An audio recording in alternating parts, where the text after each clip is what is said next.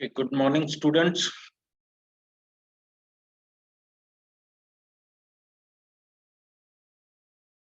Good morning, sir.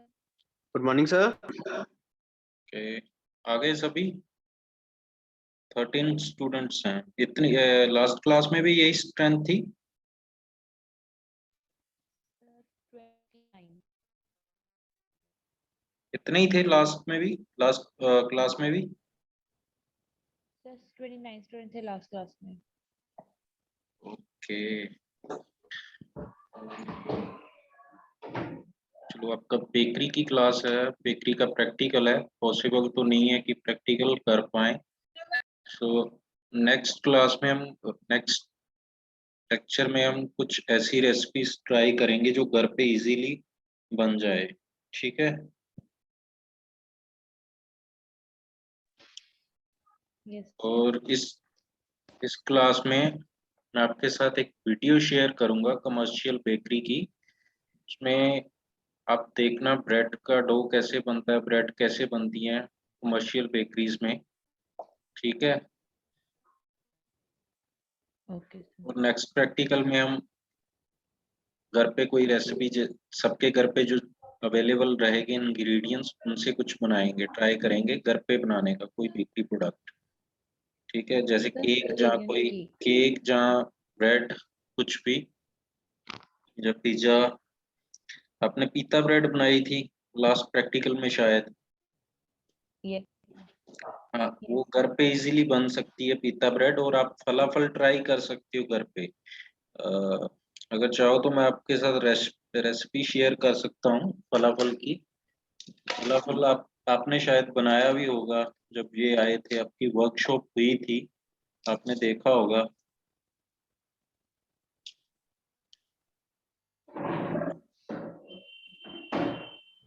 Sir, वो जो chickpea की वो sauce. यस यस, चिकपी से बनता है hummus सॉस और फलाफल।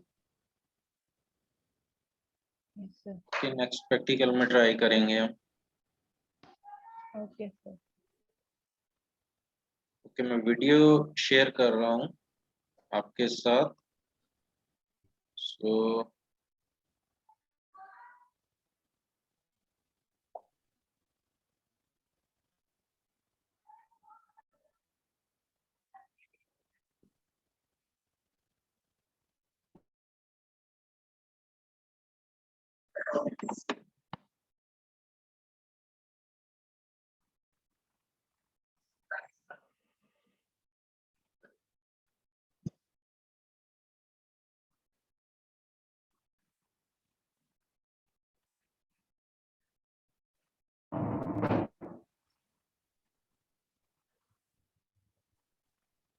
Sir, ऑडियो आ रही है वीडियो का?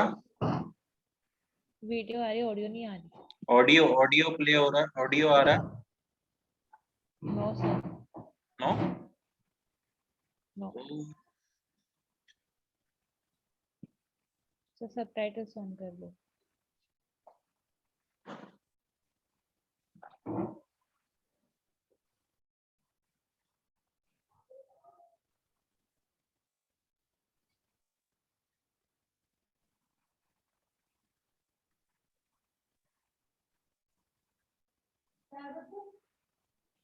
ऑडियो नहीं आ रहा वीडियो का?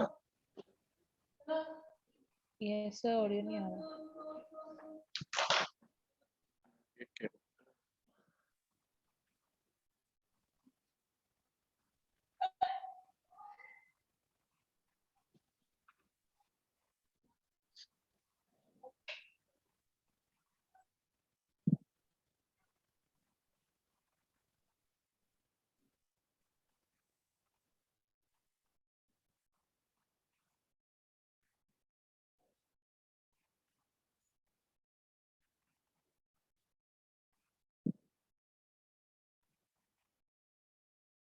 अभी आ रही है audio?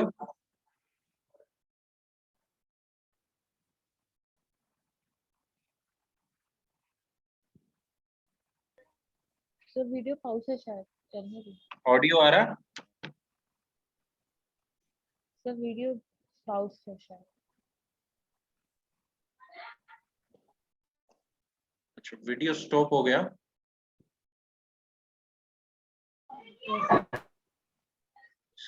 Screen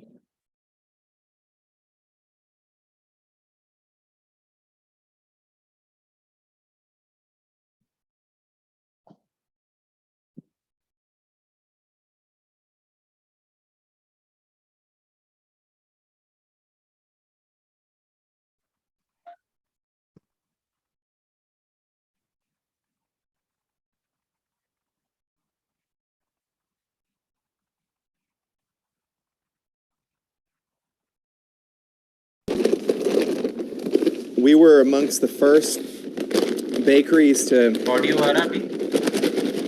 use our new local stone mill. They have a fun story too, where they just took over an old brand, Hayden Flour Mills. It's a mill that used to exist in Tempe and compete, on a national scale with General Mills and some of the others. And over time, it lost market share and went out of business. The mill was gone for 12 years, and then a new family bought the old name and started growing really old heritage grain wheat in Arizona. Started milling it in kind of a rudimentary fashion, like we started making bread years ago. And over time, they got better and better, invested in their mill.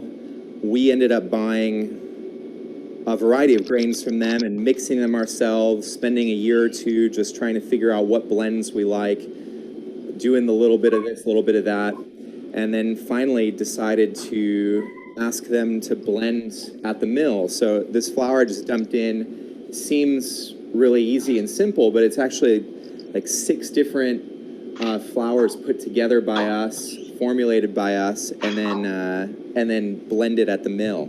So I'm going to throw this on.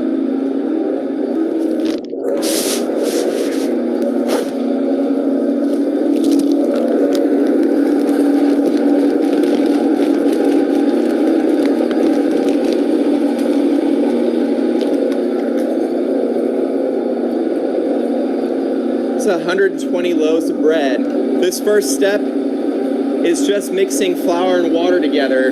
You can see that from the first moment, we're using every bit of resource we have. That flour is like a centimeter from the top. And this mixer has a story too. This, along with a lot of the things in here, lived a life before the life with us. This is some old Hobart that we found in a junkyard in California. We drove out especially for it, not knowing whether it worked or not. It certainly did not work.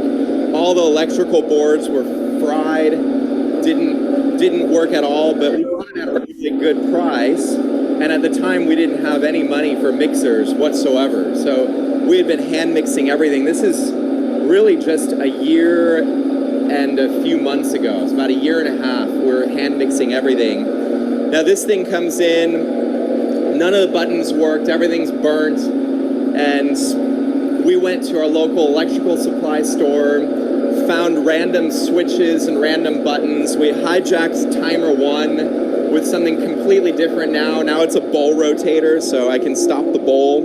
It has nothing to do with timing anymore. But we got the thing to move and spin, and it's been doing a good job ever since, because Hobarts are built to last. The engine's great. The little stuff fried, but the little stuff can be fixed. And we probably saved ourselves $30,000 versus a new machine.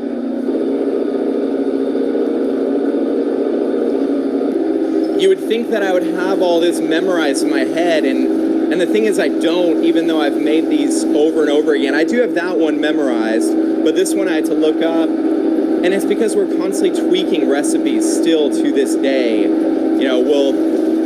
We'll change a little bit of the water content, or we'll change the flour content.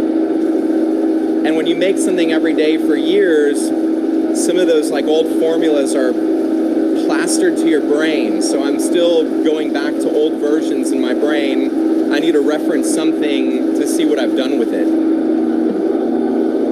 Do I recommend sticking your hand in a mixing bowl? No.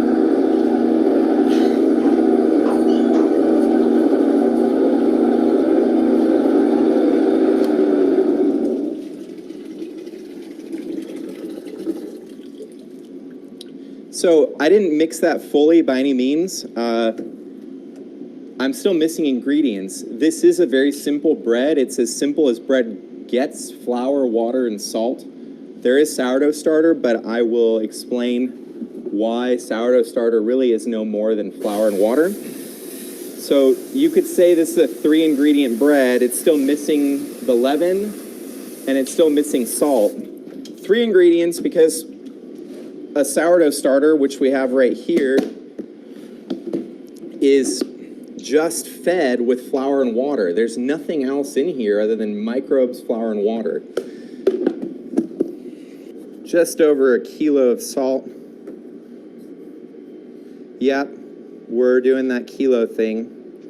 If you want to go for just standard English measurements, go right ahead, but I don't like working in 8s and 16s and 12s. It was mind-blowing that 1 liter of water equaled 1 kilogram of water to me. Just mind-blowing. So I'm going to take this sourdough starter, which has already been measured out to the right amount that I need. We actually fed it to the right size for this mix so that all I would have to do in the morning is one of these numbers. So this was fed last night. I'm going to scrape the bowl. A lot of the people that have worked for us here in the bakery over time have come from kitchens, and people that work in kitchens don't like to do dishes as they go. Oftentimes they might have had a dishwasher on staff, but in general that batching is just what they do. Everything is a batch. When it comes to dough and bowls, dry dough that's crusted on a bowl takes 5 times or 6 times or 7 times longer to clean. And there's other things I want to do with my day. I've already gone through years of not having efficient processes and not being organized, and as a result not having time for myself at the end of the day, where the bakery was basically from the time I woke up to the time I went to bed.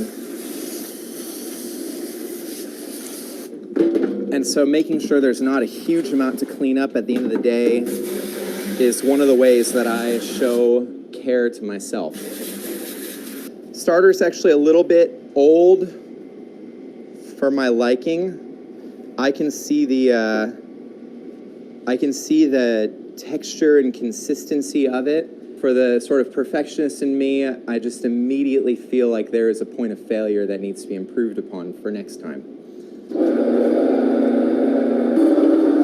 This mix is getting close to completion. You can see the hook is starting to pull the dough with it, and you're getting these nice long strands of dough that's smooth. That's actually the gluten development. Everybody, do you know that gluten is just the protein that is created when you bind flour and water together? Just to break it down from its kind of evil connotation in the world, gluten is actually a good thing for bread because it's a structure that we need to make good bread. It's why wheat was chosen to make bread with in the first place, because it had gluten, and that gluten provided structure that was superior to all the other grasses that we found.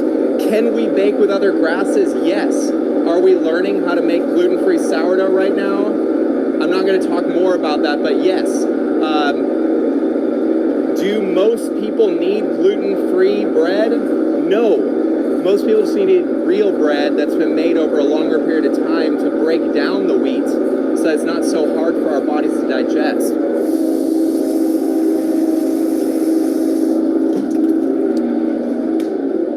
That's enough from you. Every batch will have some layer of imperfection that you know about, whether your customers know about it or not. And the question is, what kind of tolerance do you have for that little bit of imperfection?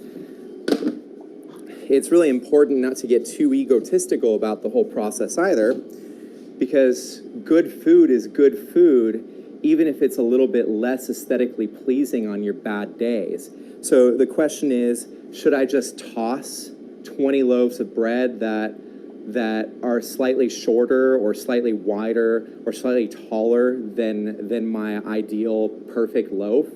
Or should those loaves of bread still get eaten and cherished for the good whole grains that they are? I don't think that a baker 200 or 300 years ago would have just chucked such a nutrient-dense object out if it didn't turn out well. I think they would have found a use. In fact, they did. That was the poor man's bread. You didn't buy bread 200 years ago like you do today. In fact, like the big loaves that I've described to people before that were historically normal were not golden brown in color. In fact, they looked like they were burnt to a crisp from the outside because the loaves were so big that they took a long time to bake in wood-fired ovens, which are not known for their perfect consistency of heat. And so the resulting loaf was dark. People actually chiseled away at the crust, removed the crust, and just ate the insides, which is an interesting sidebar to justify those crustless experiences that your kids have, except that's not a crust when it's sandwich bread. At least I don't think so. Crust has to actually be crusty to be a crust. So, and if you don't like the super crusty crust, I get it. Although the ones that we make on our artisan loaves are really nice. You know, texture is just something that we don't seem to be exposed to all the time in food. So like oftentimes as kids, we are given soft mush and then more soft mush as we get old. And then something that's got a little texture is almost like a foreign entity. But I promise you that if you are one of those people that hasn't really incorporated texture into your cooking, that you might find a whole new joy in experiencing texture once you get used to it and know how to use it properly. So I'm scaling these out to a particular weight. We have done other things that allow, you know, like me by myself, for instance, to make a fair amount of bread. I gotta be honest with you. We're not gonna pay the bills around here making 10 loaves of bread. And you can do the math. 10 loaves of bread, even if I sell them for $7, by the time I pay for ingredients, utilities, and all that, it's not really enough to make a living. And so one of the ways in which we do make more bread enough to make a living is we have some tools so that we don't need an army to make 100 loaves. I'm scaling these to a level that my dough divider will take. So my dough divider will handle batch sizes of 16. I'll drop it in a little later, and it's going to divide 16 loaves of bread for me in a matter of minutes, whereas by hand it would take, you know, potentially 20 to 30 minutes to do the same amount of work. Our bread loaves are 800 grams, which is roughly 2 pounds, just shy of 2 pounds. You can see how stretchy this dough is coming out of the mixer, so I can reach under it. And so as I'm doing this, I guess I'll talk a little bit about how, when you're pulling dough out of the mixer and trying to cut it, the key is to not grab it with your hands, but rather to pretty much grab it with your wrist. So I'm gonna go underneath the dough and then pull up with my whole arm. And here you can see the strength of the gluten. Then putting it in the bin is kind of like unpeeling it. It's not just like turn and go, the dough will stick to you. It's kind of like this weird technique of unpeeling it.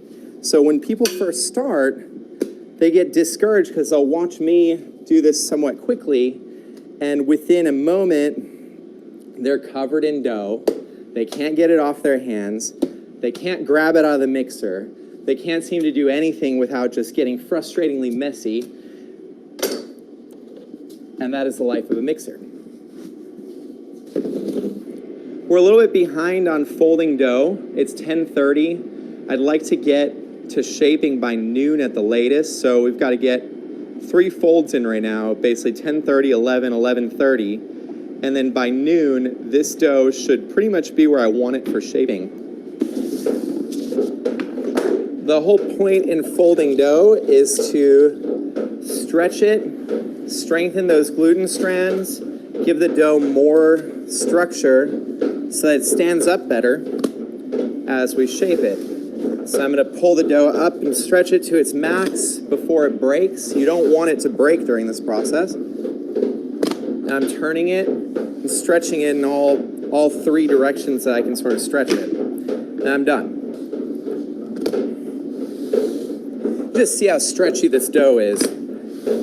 If you're baking and your dough's not stretching like this, you should be asking yourself why. Because you don't have very well developed dough at that point, and that's definitely a first good step to producing great bread, is getting it well developed. If you're a cake maker or a pie maker or a biscuit maker and this is foreign, it's like a mindset change from not developing gluten to developing gluten.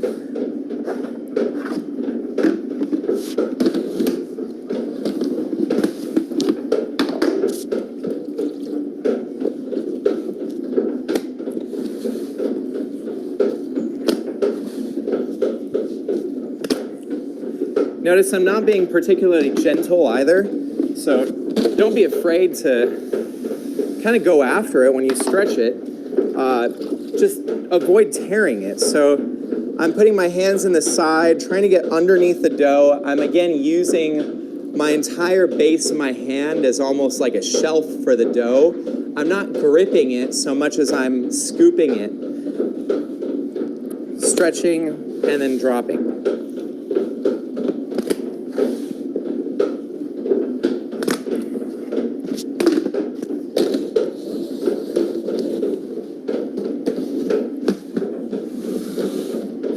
So to break this process down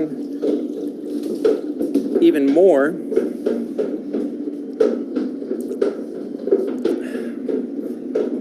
there's multiple ways to do this. I'm going to stretch this way and over. You can do a variation, which a lot of people around here like doing, which is backwards. I'll show you. You can actually grab the dough from the middle of the block and pull upward. And it's going to pull the edge, and you can fold forwards over that edge. Just a different way of achieving essentially the same result. You're still stretching and folding it onto itself.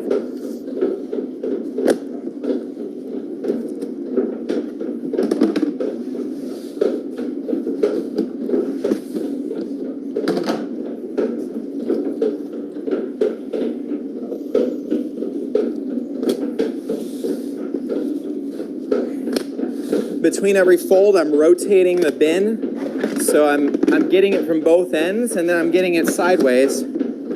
That's pretty much all I can stretch it. You really only want to stretch to the point of no diminishing returns. So after a certain amount of stretches, the dough is going to get too tough, and you're not going to really be able to stretch it without tearing it. The moment that you're tearing it, you are really defeating the whole purpose of stretching it in the first place. So you're breaking your strength. All right. So now to stay organized, I'm just going to make a little X. By the end, all of these bins will have 3 X's to indicate they've been folded 3 times. So this second fold is giving more strength in the dough. In fact, once you get to the second fold, you can really start to feel that the dough has more resistance when you're folding it. And that's a good thing. If it's stretching a little harder than it was, that means that you're successfully building strength. If it feels exactly like it did, there's a chance you might be folding too early in the process. Folding right out of the mixer has less of an effect on strengthening than folding later in your bulk fermentation process.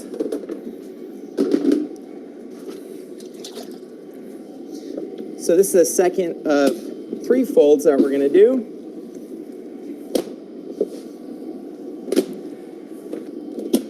yeah, so it's now this dough on its third fold is really coming together. I mean, when I did the 3 folds, it's no longer separating at all or kind of spreading out. It's really kind of holding its spot right here in the bin.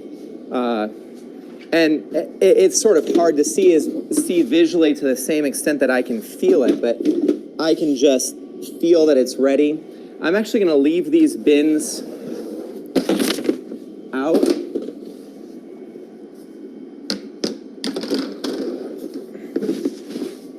And just stack them on this cart.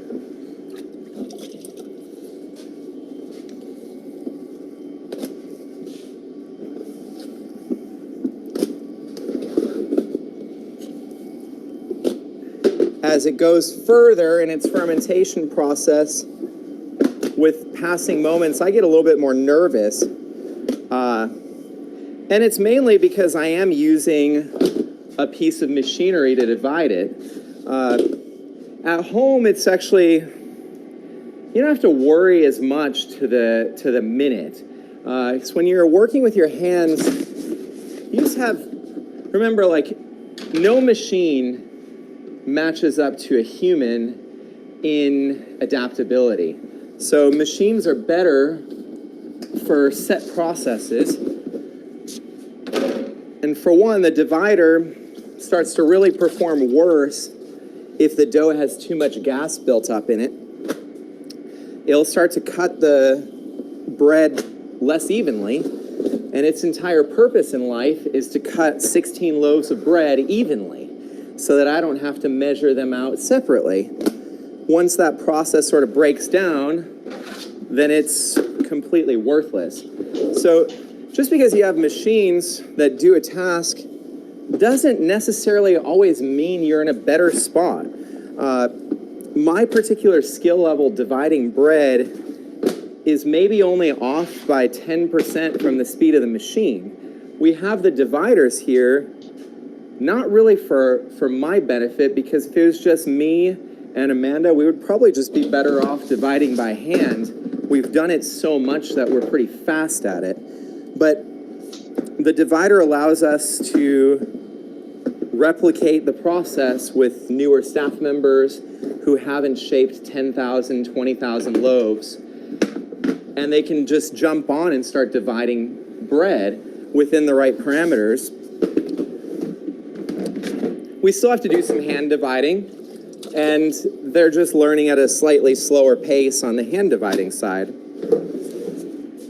The big moment has arrived. It is now time to make loaves. So you got these bins of bread. I pulled this lid off and it wasn't exploding, so that's good, even though we're coming to this a little later than I'd like. We're still in good shape. So I'm going to take this and empty it into the bin. At home, you're not going to have one of these dividers, so I sure hope you don't have one of these dividers laying around your kitchen. So you just turn over however much dough you're working with on whatever table surface you're working on. You might only be making one loaf at a time, and that's fine. So you'll just do the same process except times 1, and you'll be done in a couple minutes. I'll still be here making bread. I would say, if you make bread at home, get yourself 2 Dutch ovens and make a pair of loaves every time you make loaves. For one, you then have something to share with someone else, because I think part of the joy in working so hard is letting someone else tell you how good it was. And if you're anything like we were when we first started making bread, the loaves that we made for ourselves didn't really make it all that far in our house before they were gone. But the other benefit of making more than one thing at a time is just a little bit more practice. I mean, 2 loaves isn't going to take you much longer than 1, but it will give you exactly twice the amount of practice on shaping. It's still not very much. And so if you really, really want to perfect making bread faster than, say, a year, which I think if you're baking at home and you're making bread with any kind of regularity, let's say twice a week, and you're making 2 loaves at a time, I'd say give yourself a year before you start really getting upset at yourself for making mistake after mistake after mistake. Because every part requires practice, and the benefit that we get in the bakery over you is we just get to practice it hundreds of times at once.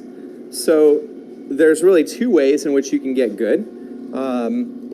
You can bake a little bit more just to make the speed happen a little faster, but understand that it's going to take some time, and be patient with yourself. View it as a journey that you're on, not just the immediate result of this 1 loaf of bread you're making. But the other way is figure out what local bakeries exist in your area and see if they need some help. Chances are they might take you on for free to do some work. We do this. And you can learn and practice. We've had people come stay here for a week and just practice making bread with us. So these things are already divided at 800 grams each. They're in a nice form. They're already got some smooth surface to them. And so the normal way of doing this without a bread divider is you will manually divide on a scale to 800 grams.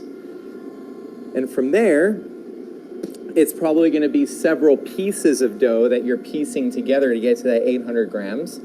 As you manually divide more and more and more, you're going to get closer to that ideal number every single time, where you can cut a loaf of bread basically at 800, almost perfectly precise. That'll take some practice in of itself. But when you have multiple pieces of bread, you've got to add a step, and that's pre-shaping. So pre-shaping, just to really quickly show you, is taking one of these loaves of bread. It can be way shaggier than this. It can be multiple pieces too. And you just take your bench knife, and we're going to round it to develop a nice smooth surface. And so my left hand, or non-dominant hand, the hand that doesn't have my bench knife, I'm completing the circle of rounding, if you will. So I'm going around counterclockwise, pushing inward as I go, and then catching it at like the 10 o'clock position and finishing the round with my hand. I go around a couple times, and this is now a pre-shaped loaf. The thing about our divider and our process is we figured out how to get the same final result without the pre-shaping. So we're not going to do that for the rest of the bread, but this is what we used to do with every single loaf before we use that. So I'm going to sprinkle the tops with flour. These tops are actually the outer crust of the loaf. When the divider is pushing the loaf up, it's doing something similar to what we're doing when we pre-shape. It's creating some surface tension. And so then you have a nice smooth surface to your crust. So when you do your forming, it all comes together really nicely, and you have a smooth crust all around the loaf. So this part is literally the outside. Before I get going on shaping, I'm going to go ahead and load my divider with round 2. And that way, as we run out, I can just get to dividing, and we can have another 16 loaves ready to go in a matter of a few seconds. So now I'm shaping. There are so many different ways to shape. I don't know that my way is any better than anyone else's way, but the key is to get a nice uniform loaf that holds up. So by holds up, meaning at this stage, it keeps its form. And so I'm going to tighten it a little more. When I say tighten it, what I'm doing is I'm taking the heels of my hands, making as flat of a surface as I can with my thumbs as I can, and I'm pushing the dough underneath the loaf and creating more tension at the surface. And Amanda's doing the same over here. I would argue that she's a stronger shaper than I am. She's just very good at everything she does. So now the loaf goes into rice flour so that it doesn't stick to the form, the banneton, and then it goes into the form with the seam side up, meaning the side that's going to be the bottom of the loaf is actually facing up in the form because it's going to be flipped over onto the baking board. So here, this is the top of the loaf. I'm going to flip it. I'll stretch it into a triangle. I'm going to fold the top over. Then I have these funny ends, and I'm going to use them to stitch. This is a shaping technique called stitching, where I'm taking these ends and basically creating layers. This last one I actually overlap. Then I stretch this into that middle hole. You don't really want any huge pockets of air in here as you go, because they might actually stay there creating giant holes in your final loaf. So now I'm going to roll and tighten as I roll. So this is called the tuck and roll. I'm tucking the dough under the loaf and then rolling it. So now I'm just creating more tension.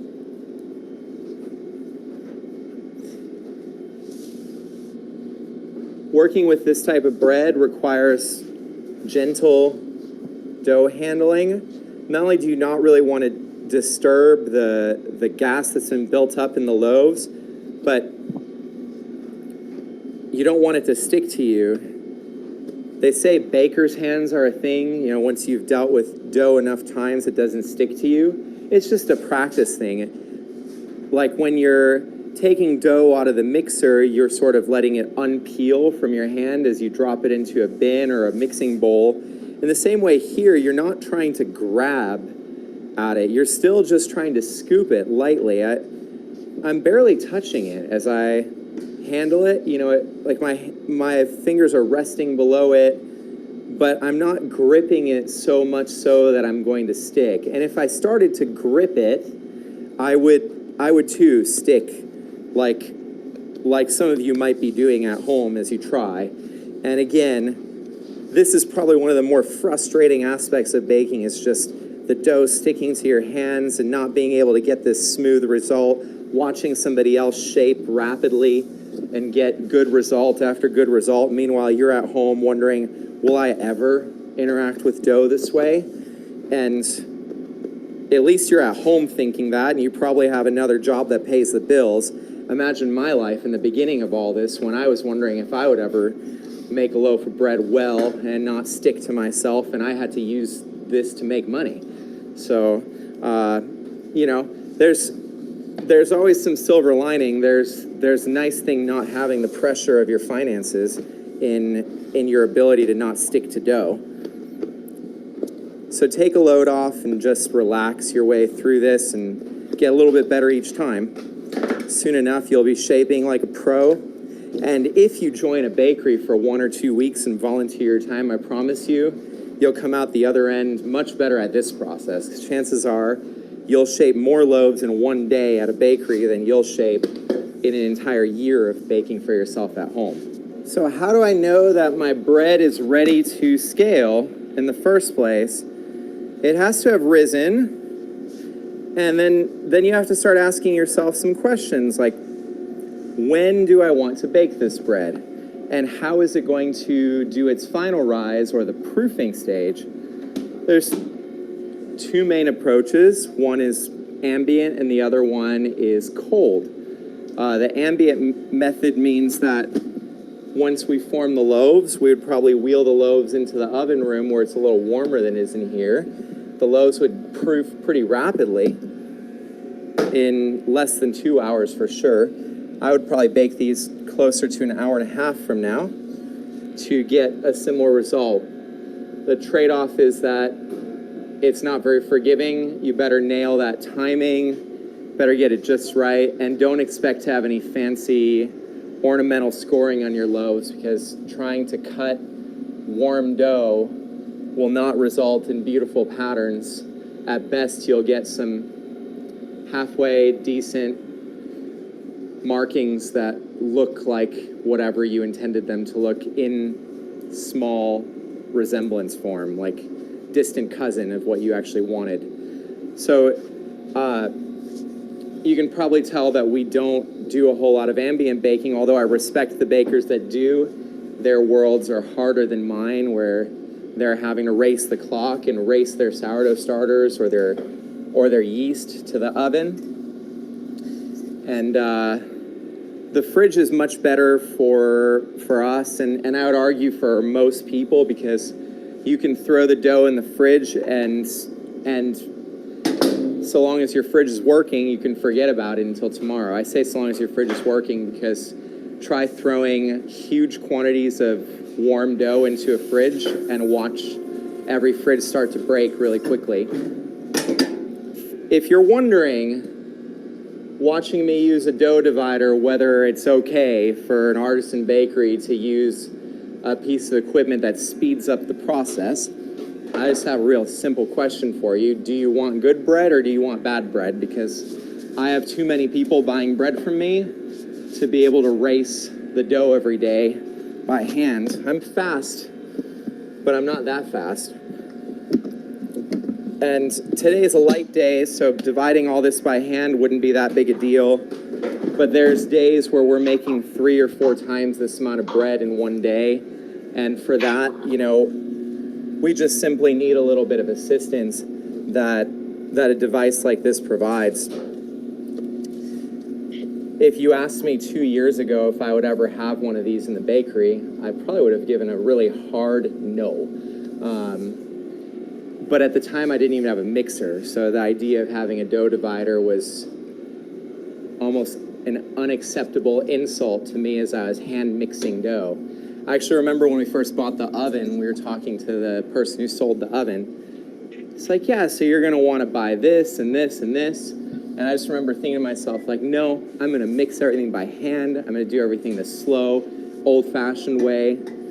And somewhere along the line, you start making decisions of how can I keep making the bread better objectively, but also sleeping. So how do you know this is ready to scale? It's risen. Double is usually too much. So if your dough is twice the size of when it started, usually I'm looking for about a 50 to 60% increase in overall volume. So take the volume you started with and add half that volume. And so in your bin, you should be watching as the level of the dough rises, and you should be getting an idea. It doesn't have to be a bin, it can be a mixing bowl, but you should get an idea of when it hits that point where it's about 50% larger than it was when you started. That's usually a good time to scale. If you're baking that day ambiently, you might choose to bring it a little further so that, because you're going to the oven quicker, so you want to get further in the process before dividing. So it really has a lot to do with how you bake, but if you're going to go into the fridge, that 50% rule applies. So from here, these guys are going to end up in the walk-in where they're going to cool down overnight. They're going to keep fermenting at a slower pace. They're going to be building flavor in the fridge. Oftentimes the crust gets this really cool effect in the fridge where it will end up getting these kind of crispy bubbles that form that only happen if you put your dough in the fridge. For all those reasons and more, I'm a big advocate of that cold proofing process.